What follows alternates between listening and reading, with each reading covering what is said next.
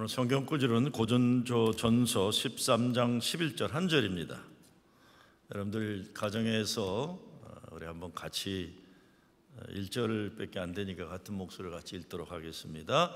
내가 어렸을 때에는 말하는 것이 어린아이와 같고 깨닫는 것이 어린아이와 같고 생각하는 것이 어린아이와 같다가 장성한 사람이 되어서는 어린아이의 일을 보렸노라. 아멘. 고린도전서 13장은 사랑의 노래라고도 하고 사랑장으로 널리 알려져 있는 말씀입니다. 진짜 사랑은 이렇게 해야 한다는 것이다 가르쳐주는 크리스천 사랑의 필드 매뉴얼, FM이라고 할 수 있겠습니다. 근데 오늘 고린도전서 13장 말씀은 12장과 14장 중간에 놓여 있는 위치에서 그 의미를 우리가 생각할 필요가 있습니다. 고린도전서 12장은 성령의 은사에 대한 이야기입니다.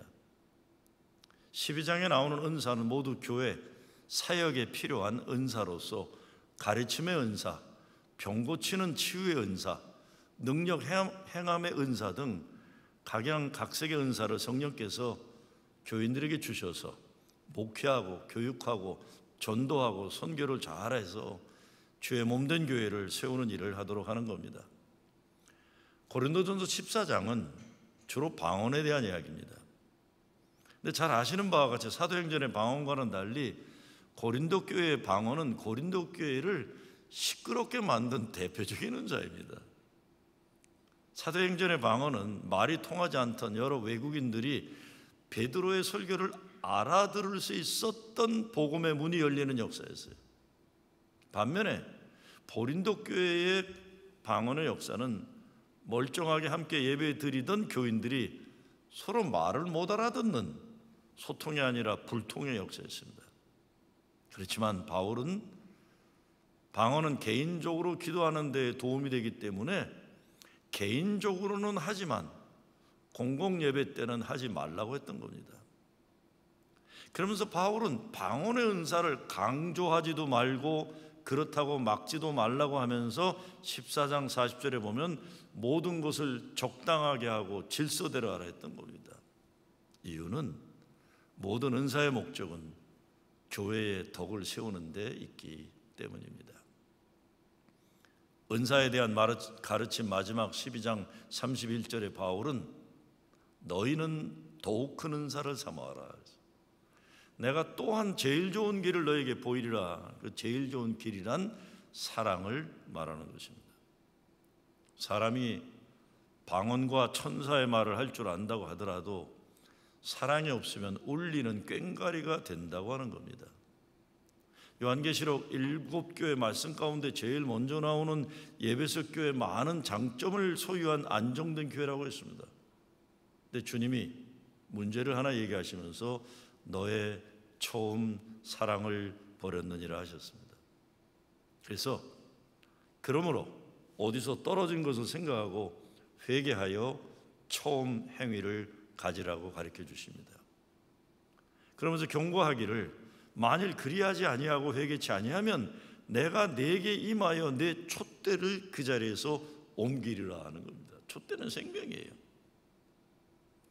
바울은 계속해서 산을 옮길 만한 믿음, 그러니까 기적을 행하는 능력, 사람을 고치고 귀신을 쫓아내는 능력도 사람을 놀라게 하는 엄청난 대단한 능력이지만 사랑이 없으면 교회를 위해서도 성도들에게도 아무 의미가 없다고 말씀합니다. 더 나아가서 구제와 자기를 불사름에 대해 말합니다. 이 두 가지는 모두 최고 최상의 자기 희생이에요. 자기 소유를 포기하면서 남을 돕는 일을 하는 겁니다.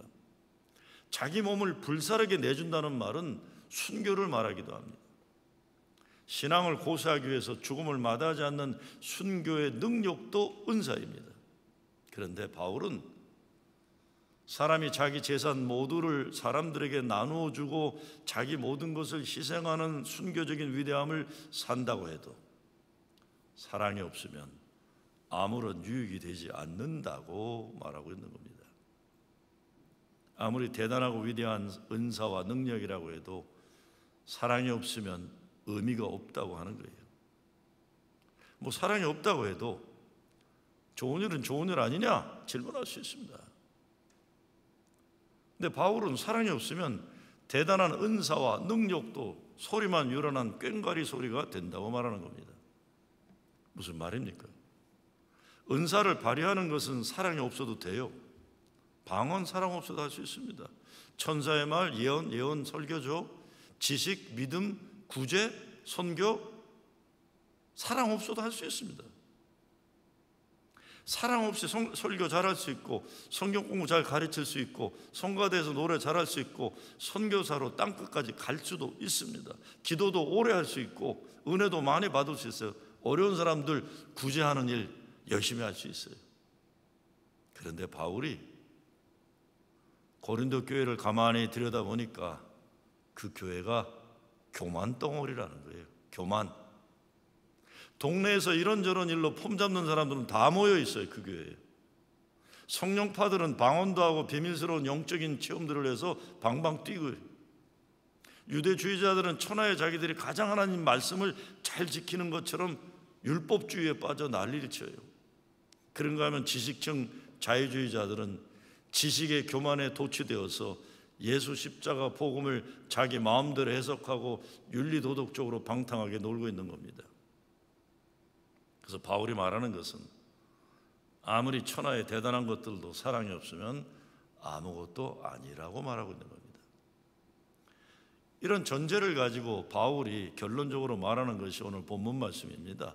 내가 어렸을 때에는 말하는 것이 어린아이와 같고, 깨닫는 것이 어린아이와 같고, 생각하는 것이 어린아이와 같다가 장성한 사람이 되어서는 어린아이 일을 버렸노라. 버렸노라. 바울은 고린도 교회 교인들이 가지고 있는 본질적인 문제를 지적합니다. 어린아이와 같은 유아적인 신앙을 가지고 있으면서 엄청 모든 것을 다 이룬 성숙한 신앙을 가진 것처럼 생각한다는 것입니다. 그 이유 가운데 하나는 고린도 교회 교인들이 자기들의 은사와 능력을 과대평가했기 때문이에요. 하나님이 교회를 세우기 위해 허락하신 은사들을 자기 자신들의 실력으로 생각하고 대단한 업적으로 여기고 있기 때문입니다. 이러다 보니까 교회가 어떻게 되나요? 사람들이 교회에서 편갈라서 파당 만들어서 싸우느라 정신이 없어졌다고 그랬어요. 누구에게 세례를 받았는가 하는 문제로 갈라지고 누구의 은사가 더 큰가 하는 문제로 다투고 있는 겁니다. 결국 이것이 극적으로 나타나게 된 것이 성만찬의 현실이었습니다. 먹고 사는 것이 넉넉하고 시간이 많은 사람들은 먼저 와가지고 자기들이 가지고 온 음식들을 잔뜩 먹어서 배가 터지고 술에 취하는데, 남의 집에서 일하느라 늦게 온 머슴살이 교인들은 배가 고파서 배에서 배고픈 소리가 난다. 사도 바울이 화를 내는 겁니다. 사도 바울이 사실 그렇게 얘기합니다. 그렇게 처먹을 거면 집에 가서 처먹으라고 얘기했어요. 이건 제 번역이지만 제가 볼 때 바울이 그렇게 얘기한 겁니다. 성도의 교제가 아니라 성도 간 빈부 차이가 벌어지고 있는 것을 얘기하고 있습니다. 다시 말씀드리지만 고린도 교회는 은사가 충만한 교회였습니다. 실력이 있는 교회예요. 근데 이런 것이 영적인 교만과 성도들 간 분열을 일으키고 있는 겁니다. 오늘날 교회들도 보면 은사와 능력이 모자라서 문제는 아닙니다. 옛날에 비하면 요즘 교회들은 수준이 첨단 수준이에요. 목사들도 설교 못하는 목사 별로 없습니다. 목사들 중에 자기가 설교 못한다는 사람이 누가 있겠습니까? 다 자기가 잘한다고 생각하고. 옛날에 비하면 요즘 인터넷 들어가 보면 날고 기는 사람들 설교가 다 나오니까 열심히 잘하는 사람들 흉내만 내도 다 잘할 수 있어요. 근데 자기 거 아닌가 하고 설교하려다가 표절로 문제 터지는 일이 있지만 다 잘하는 거예요. 작은 교회들도 웬만하면 괜찮은 밴드 수준의 찬양팀을 다 갖추고 있어요. 그래서 최첨단 밴드를 갖춘 찬양팀이 없으면 교회가 뭘 모자라는 것으로 생각하기도 하는 겁니다. 웬만한 교회들 전반적으로 수준이 높아요. 한국 보면 뭐 미국에서 유명한 뭐 찬양팀 흉내내가지고 하는 거, 그거 잘하는 거로 뭐 굉장히 수준 높은 거로 나와요. 그러나 문제는 이 은사들을 가지고 뭐 하고 있느냐, 이 문제입니다. 지난 2000년 기독교 역사에서 정말 성령의 능력과 하나님 구원 역사의 도구가 된 신앙운동들은 은사운동이 아니었습니다. 회개의 역사가 있고 말씀의 생활화 운동이었다는 걸 우리가 기억해야 됩니다. 특별히 루터나 칼빈이나 웨슬리를 포함한 기독교 역사에 거룩한 획을 그린 분들이 은사운동을 한 것이 아니라 말씀에 근거한 바른 신학과 신앙생활 그리고 복음으로 세상을 거룩하게 변화시키기 위한 예수 그리스도 십자가 정신이 그 중심이 분명하게 있었던 겁니다. 그러면 은사는 어떤 역할을 했을까요? 은사는 이것이 제대로 되도록 동력을 제공해 주는 역할을 한 겁니다. 힘을 준 거예요. 바울은 사랑만이 절대적이며 온전하다고 말합니다. 그 사랑의 속성에 대해서 사랑은 오래 참고 온유하며 시기하지 않으며 자랑하지 않으며 교만하지 않는다고 합니다. 그 사랑은 모든 것을 참으며 모든 것을 믿으며 모든 것을 바라며 모든 것을 견디는 이라 그런 거예요. 근데 사랑을 묘사한 이 헬라어는 형용사가 아니라 모두 동사예요, 동사. 얼마 전에 2세 목회자와 대화를 나누는데 자기는 이 시대 젊은이들을 사랑한다고 큰 소리로 말을 하더라고요. 제가 어떻게 사랑하냐 물어봤어요. 근데 구체적으로 말할 줄을 몰라요. 그래서 제가 그런 사랑은 그건 사랑이 아니라고 그랬어요. 네가 생각하는 것뿐이다 그랬어요. 사랑에는 구체적으로 실천이 있어야지 자기 생각에서 맴돌고 대상이 없이 온 천하 만민을 사랑한다고 소리 지르는 거는 이 꽹과리 소리예요. 단 한 사람도 사랑하지 못하는 관념적인 자기 만족일 때 얼마나 많습니까? 그리고 바울의 사랑은 모든 것을 참으며 모든 것을 믿으며 모든 것을 바라며 모든 것을 견딘다고 말하지만 누가 이런 사랑할 능력이 있을 수 있겠습니까? 제가 생각하기에 사도 바울이 사랑에 대해 이렇게 말한 것은 자기 인생을 되돌아보니까 예수님이 자기를 그렇게 사랑하셨다는 것을 고백했다고 저는 그렇게 생각해요. 예수님이 기다려주셨고 포기하지 않으셨고 믿어주셨다, 이걸 고백했다고 저는 생각합니다. 그렇다면 우리가 할 수 있는 게 뭐겠습니까? 바울은 어린아이 것들을 버리라고 하는 거예요. 계속 어린아이의 유치함에서 벗어나 성숙한 믿음으로 성숙한 사랑으로 발전하는 겁니다. 내가 어렸을 때에는 말하는 것이 어린아이 같고 깨닫는 것이 어린아이 같고 생각하는 것이 어린아이 같다가 장성한 사람이 되어서는 어린아이의 일을 버렸노라 라고 말합니다. 근데 어른이 되기 위해서 가장 중요한 것은 어린아이로 남아있기를 포기하는 겁니다. 바울이 그래서 장성한 사람이 되어서는 어린아이 일을 버렸노라, 여기서 버렸노라를 영어 번역해 보면 I put childish ways behind me, 애들처럼 유치하게 살던 것들을 뒤로 하고 앞으로 향한다 이런 겁니다. 다시 그걸로 돌아가지 않겠다는 거예요. 유치한 삶으로. 어른이어야 하는데 어른이 되지 못하고 어린아이로 남아있다는 것이 무슨 소리입니까? 유치한 인생을 말하는 겁니다. 자기만 아는 사람이라는 겁니다. 어느 심리학자는 어른이 된다는 것은 자기 중심성에서 벗어나는 것이라고 했어요. 자기만 아는 자기 중심적 생각을 벗어나 다른 사람들의 필요에 대해서도 배려하는 생각을 하는 거예요. 유아적인 자기 우월감 있는 사람들 참 힘든 사람들이에요. 자기는 특별대우 받아야 한다는 생각에 대해 요즘 말로 공주병, 황태자병이라고 하지만 이런 것 의학적 용어로 병적인 자기애입니다. 병적인 자기애. 병적으로 자기 사랑에 빠진 것, 더 적나라한 표현으로 자기애성 인격장애는 거예요. 인격장애예요. 자기만 알고 자기중심적인 인간 인격장애. 그래서 다른 사람들과 잘 지낼 수가 없는 겁니다. 제가 신학교 처음 들어가서 공동생활을 했습니다. 한 12명이 함께 살았는데 돌아가면서 식사를 준비했어요. 식사가 끝나면 부엌 청소도 그렇고 접시도 함께 닦았어요.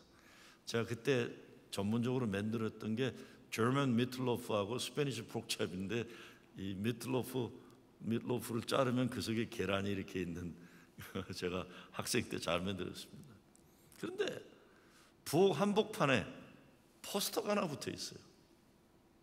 Your mom does not work here. 그랬어요. 네 엄마 여기서 일하지 않는다. 그랬어요. 무슨 말입니까? 집에서나 밥 먹고 그냥 놔두고 올라가고 그러지 여기는 그런 꼴 아무도 봐주지 않는다는 경고예요.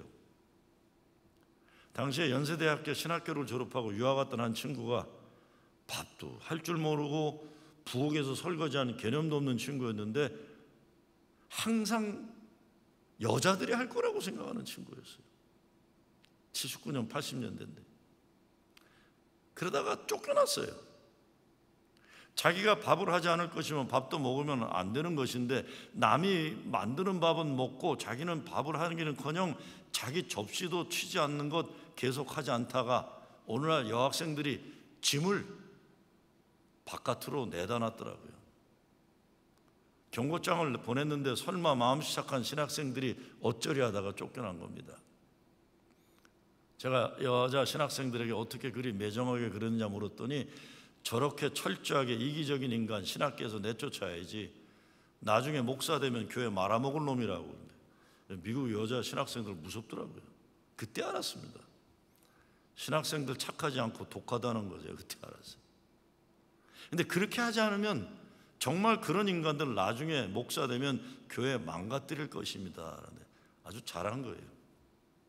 제가 나중에 들으니까 뭐 뉴욕 와서 장사한다는 말 들었는데 있는지 모르겠어요. 지금 여기 어떤 사람들은 정말 나이만 먹었지 다른 사람들의 형편과 마음을 헤아리지 못할 인생을 살아요.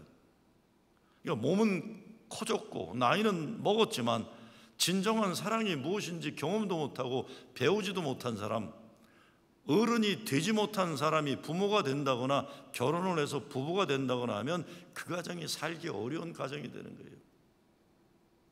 교회에서도 그렇습니다.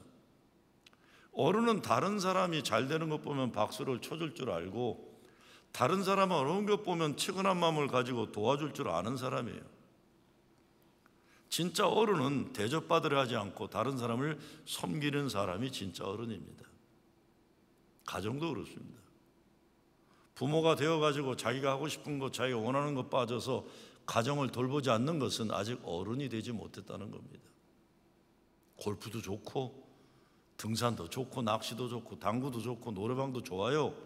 그러나 노는 것도 적당히 하고 집에 가서 집안일하고 아이들을 돌볼 줄 알아야 어른이라 할 수 있는 겁니다. 제가 목회하면서 제일 속상한 것이 교인들은 음주운전 걸리는 거예요. 돈도 돈이고 얼굴이 천하만방 인터넷에 뜨고 변호사 비용 들고 그 돈을 가정을 위해 써도 모자라는 판에 벌금에다 변호사 비용에다 기가 막힌 거예요. 40대 50대 남자이긴 하지만 인간 성숙성을 보면 13살 12살도 못해가지고 철없이 인생 사는 사람들이 요즘 코로나 바이러스로 집에 갇혀 있으니까 하니까 전 세계적으로 가정폭력이 많이 늘어나고 있다고 합니다. 힘들고 어렵고 짜증나고 그러니까 붙어있는 사람들에게 화내고 소리 지르는 거예요. 문제는 어느 정도 소리 지르는 것까지는 그렇다 해도 부부싸움 하다가 상대방에게 뭘 던진다거나 손찌검하면 경찰 불러서 구치소에 들어가는 일이 일어나는 겁니다. 아이들한테 화가 나서 뭐 죽여버리겠다 하다가 곧바로 감옥에 들어가는 거예요. 정신을 차려야 됩니다. 미국 생활 쉽게 생각하지 말아야 합니다. 한국은 전 몰라요. 근데 남자는 법적으로 여자를 못 이깁니다. 미국에서는. 특별히 가정폭력은 남자가 이길 수가 없습니다. 절대로 하지 말아야 됩니다. 근데 문제는 어른이 되는 것이 쉽지 않다는 거예요. 평생 걸리는 작업입니다. 바울도 중년이 넘어가면서 오늘 본문의 고백을 정직하게 한 겁니다. 어떻게 변해야 하고 무엇을 버려야 합니까? 키플링이 한 사람의 어른이 된다는 것이란 글 마지막에서 이렇게 썼어요. 만일 내가 도저히 용서할 수 없는 1분간을 거리를 두고 바라보는 60초로 대신할 수 있다면 그렇다면 세상은 너희 것이며 너는 비로소 한 사람의 어른이 되는 것이다 라고 말해서 무슨 말입니까? 그냥 감정에 쌓여서 함부로 말하고 행동하지 말고 깊이 생각하는데 1분을 60초로 쪼개어서 한 초 한 초 시간을 생각할 줄 아는 사람이 되라는 겁니다. 영어 표현으로 deprivation dwarfism이라는 말이 있어요. 사랑을 제대로 받지 못해서 자기 자화상 그리고 마음이 난장이가 된 사람을 말하는 거예요. 난장이 콤플렉스를 이기는 길은 한 가지, 여호수아와 갈렙처럼 하나님이 나를 쓰신다, 하나님이 나를 택하셨다, 이런 믿음으로 살아야 큰 사람이 되는 거예요. 막 쪽으로 들어가지고 생각과 뜻과 행동에 드와피즘이 쪼그라들지 말라는 거예요. 그래서 성경에 보면 하나님의 일을 하는 사람들에게 하나님의 큰 용사여라고 말하게 돼요. 기도원한테 얘기한 거죠. 내가 너와 함께 하리라, 오직 담대하라, 이런 격려의 말씀을 주시는 것이 하나님의 그 백성을 크게 만드시고자 하시는 의도에 있는 겁니다. 너는 큰 사람이다 하는 거예요. 성숙한 사람이 있어야 그 가정이 살고 교회가 바로 세워집니다. 바울은 버렸노라고 했지만 다른 말로 표현하면 껍데기를 벗는다, 거짓된 삶을 내려놓는다, 새롭게 되기 위해서 옛 것을 죽여버린다, 이런 표현으로 설명할 수 있는 거예요. 우리가 새 사람이 되고 새 삶을 살 수 있는 것은 하나님이 우리를 포기하지 않으시고 사랑하시기 때문입니다. 그래서 이사야 선지자를 통해 하나님이 말씀하시죠. 내가 너를 보배롭고 존귀하게 여기노니 너는 내 것이라. 사람이 변할 수 있는 것은 예수 그리스도 십자가 보혈의 공로입니다. 그래서 거짓된 삶을 살던 사람도, 마음의 상처가 깊어 다른 사람을 상처 주며 살던 사람도, 인생을 실패한 사람도, 그 어느 죄인도 죄사함을 받고 용서받고 은혜의 새 역사를 살 수 있다는 것입니다. 그래서 로마서 4장 17절에 보면 하나님은 죽은 자를 살리시며 없는 것을 있는 것 같이 부르시는 이신이라 그랬어요. 우리의 죄의 값을 그대로 적용하셨으면 저와 여러분은 벌써 영원한 죽음의 길에 들어가야 할 죄인들입니다. 그런 우리에게 하나님의 긍휼과 자비하심이 임한 겁니다. 하나님은 여러분의 삶이 바로 이 자리에 있게 하시고자 오늘까지 참아내시고 역사하셨다고 저는 믿습니다. 하나님의 계획이고 은혜의 섭리가 있어서 저와 여러분이 이렇게 있는 겁니다. 어른이 되려면 어린 시절 상처들 다 버리고 과거의 죄의 노예 삶을 다 버려야 합니다. 어떻게 가능한가요? 예수님 손에 만져져야 합니다. Jesus loves me. 예수님 사랑을 알아야 합니다. 사람들에게 상처 입은 것들 하나님께 가지고 나와서 치유받고 인정받고 사랑받아서 회복되어야 되는 것입니다. 윌리엄 게이더가 작사한 복음송 가운데 He Touched Me라는 노래가 있습니다. 빌리 그레이엄 목사님 전도 집회에 가끔 베벌리 슈라는 나이 많은 할아버지 바리톤으로 부르던 그분의 18번 가운데 하나인데, 락큰롤 가수 엘비스 프레슬리가 이 노래 불러서 60년대 70년대 유명했던 노래입니다. Shackled by a heavy burden beneath the load of guilt and shame, 이렇게 된 거예요.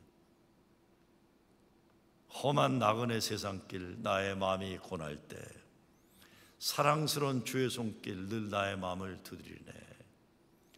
죄와 수치 무거운 짐 괴로움 슬픔 당할 때 그때 예수 손 내미사 오 놀라운 구원 주셨네. 주 예수를 내가 안 후 나의 죄짐 벗었네. 영원토록 찬양하리 참 생명 되신 그 주 예수. He touched me. Oh, He touched me. 이 자리에도 하나님의 손에 만져졌기 때문에 이렇게 멀쩡하게 예배드릴 수 있는 분들 여러분들 계신 겁니다. 사실 우리 모두는 하나님의 손이 만져주셨고 붙잡아 주셨기 때문에 여기에 이렇게 있는 거예요. 여러분 모두는 하나님 기적 그 자체예요. 그래서 하나님의 손에 만져진 사람은 이제 새 인생 살게 되니까 과거에 집착하거나 묶여 있을 필요가 없는 것입니다. 다른 사람들 원망할 것도 없어요. 부러워할 것도 없어요. 오직 감사하고 감격하고 기뻐하고 찬양하는 것뿐입니다. 우리 모두 사랑받을 권리가 있고 사랑해야 되는 거룩한 소명이 있는 존재들입니다. 이 사랑 때문에 존재하고 이 사랑 때문에 하나님이 아직도 우리를 살려주시는 겁니다. 5월 가정의 달입니다. 얼마나 어렵습니까? 어려워요. 그래 어렵지만 고린도전서 13장 말씀 붙잡고 이 어려운 때를 가장 행복한 가정의 기억들, 추억들을 남길 수 있으면 좋겠습니다. 그러기 위해서는 어른이 필요한 거죠. 사랑으로 어른이 되는 여러분 되시길 주의 이름으로 축원합니다. 아버지 하나님, 우리가 십자가 보혈의 은혜로 성숙한 사랑을 하는 어른 되게 하여 주시옵소서. 우리의 가정에도 그런 어른들, 교회에도 그런 어른들 세워주셔서 주님의 사랑을 온전히 나눌 수 있게 하여 주시옵소서. 이 어려운 때 가장 행복한 은혜를 경험할 수 있도록 성령이시여 우리 교인들의 가정을 찾아주시옵소서. 부활하신 주님이시여 성도들의 가정을 찾아 한 사람 한 사람 주님 만져주시고 사랑을 회복시켜 주시옵소서. 예수 그리스도의 이름으로 기도드리옵나이다. 아멘.